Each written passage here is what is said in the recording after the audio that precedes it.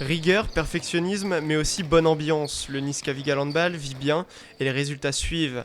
Leader de leur groupe en National 1, le troisième échelon national, les Niçois sont toujours dans la course à la montée à 9 journées de la fin. Déjà placé l'an passé, Nice avait fini par s'écrouler à pareille époque.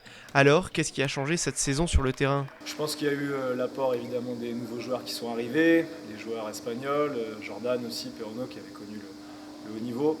Je pense qu'on a gagné en maturité, puis au niveau technico-tactique, c'est sûr que l'arrivée d'Edu a changé beaucoup de choses. C'est une approche différente du handball, beaucoup plus réfléchie, beaucoup plus travaillée. Donc voilà, je pense que c'est en train de porter ses fruits, en tout cas les résultats l'attestent pour le moment.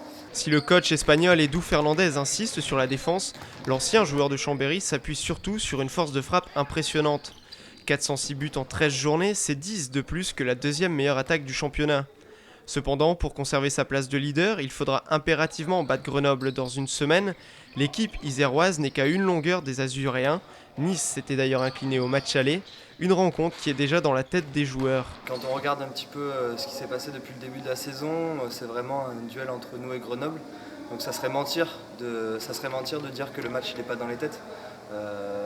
Chaque semaine, on regarde leurs résultats pour savoir ce qu'ils ont fait. Pour l'instant, ils tiennent vraiment bien. Donc ce match est dans les têtes, mais par contre, pour être premier dans ce championnat, il faut gagner tous les matchs. Le Cavigal rêve de deuxième division, l'expérience des anciens joueurs de l'élite comme Jordan Perono, la plus-value apportée par les joueurs étrangers lui permet pour le moment de rêver éveillé.